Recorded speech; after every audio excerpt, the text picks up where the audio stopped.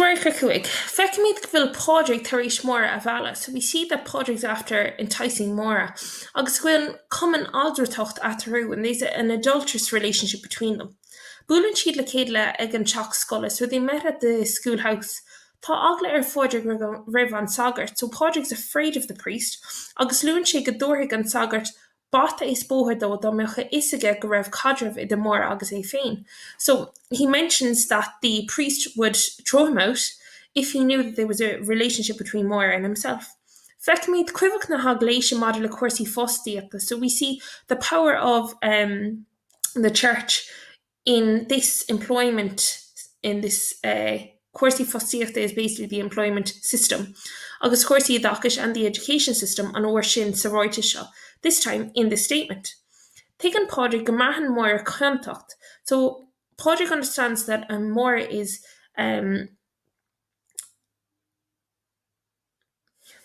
she's fond of him. Taken Padraig Gamahan Moira contact. So Padraig knows that she is fond of him. Agus Gamohin she go bhfuil siad ag déanamh agóra ar Van Céile, and that she feels that. Okay, so Riker Kuig. So Fekimid go bhfuil Padraig Tarish Mora Avala. So we see that Padraig's after enticing Mora. Agus bhfuil common altar who, so there's an adulterous relationship between them. Bulan Sheed Lakedla Egan Chok Scholar, so they meet together at this schoolhouse. Tá agla Padraig riv an sagart, so Padraig's actually afraid of the priest. Agus luin sé go dóigh an sagart bata is bóthir dó, so he says that the priest will kick him out, dá mecha isige if he knows, go raibh cadrah idir Moira agus é féine, that there's a relationship between Moira and himself. Fekimid cuivach na hagléise, so we see the power of the church model a Cuairsaí fostiachta with the employment system, agus Cuairsaí Dakish an uair sin sa roiite seo, and the education system, this time in this statement. Taken Padraig Gamahan Moira Kiontok, so Padraig knows that Moira feels guilty. Agus Gamohian she go bhfuil siad ag déanamh agóra ar Van Céile, and that she feels like she is doing a sin basically to his wife. Dá sin because of that, there she lay gurb isha Van Céile sa Sharmán is Bragach, so he tells her that she is his wife in this false ceremony. There she lay go rud all in banaha atá after who, so he says to her that they've a lovely kind of welcoming thing between them. Céga ceapoch an chud eile den seal go rud pakagé, so even though everything else in the life is actually a sin. Okay. Muíonn sé nach bhéadach sé an saola seasamh ar curbe gan rá Moira. So he claims to her that he won't be able to stand up in his life at all without Moira's love.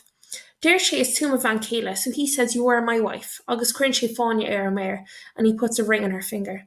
Leis an Sharmán is Bragach sin, Irene leis a bhínta drisúla hásamh. So with this false ceremony, he's able to satisfy his own lustful desires. Agus leidíonn sé an ceantach a bhreathan Moira, and it decreases the guilt that Moira feels. Cuireann sé ina lí uirthi go rud all in atá athrú, so this tells her that they have a lovely thing between them. Agus go bósigh sé dá bhaige Van Céile boss, and that he will actually marry her when his wife dies. So in Rarca sé, Tain Moira chun na fristanna chun asploide all ar chud paki, so she goes to confession to get absolution from her sins. Súiltíonn an tagart aon asploide thuairtí, so the priest is not willing to give her absolution. Muna bhfuil she tiltnach scara leis an bhar posta unless she's willing to separate from the married man. Níl an neartig Moira, so Moira does not have the strength to do that. Agus and she leaves.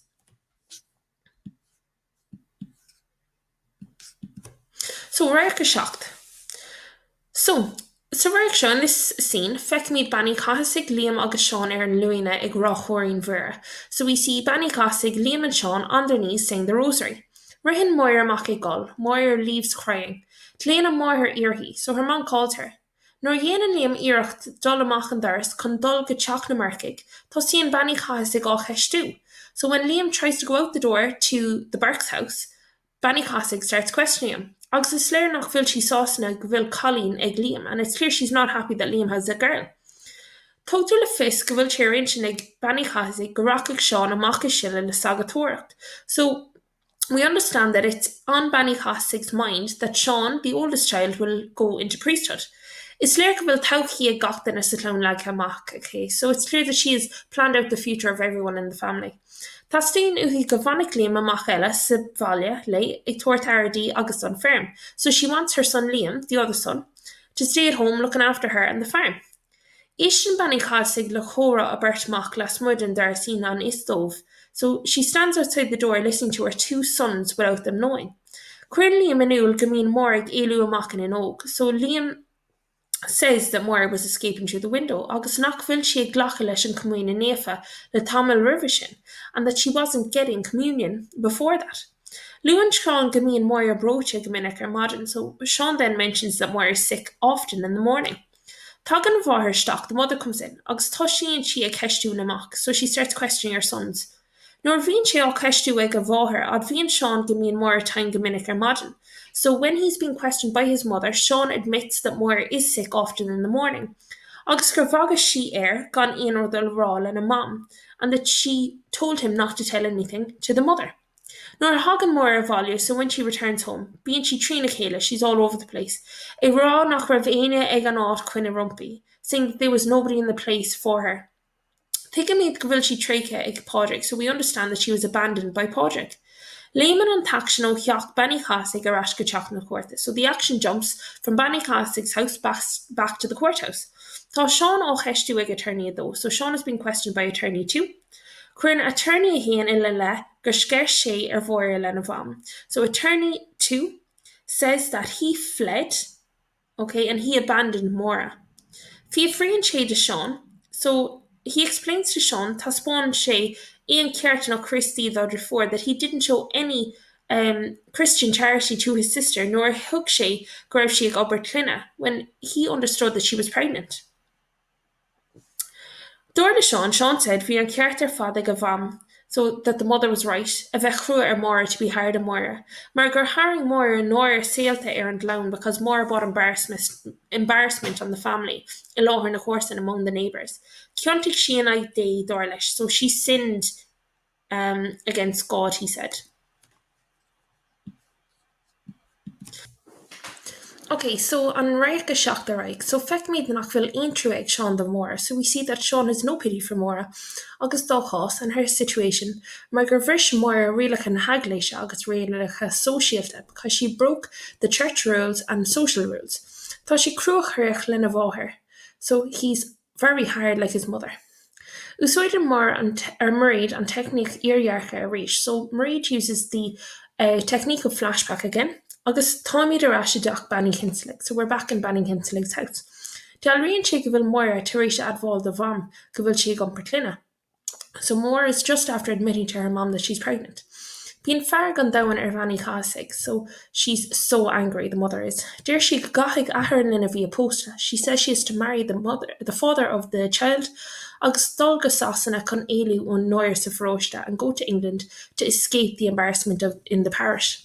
During Teen Moira Anna her ancienty, so she refuses to give her the father's name. Tá she fós dílis to Padraig, she's still loyal to Padraig.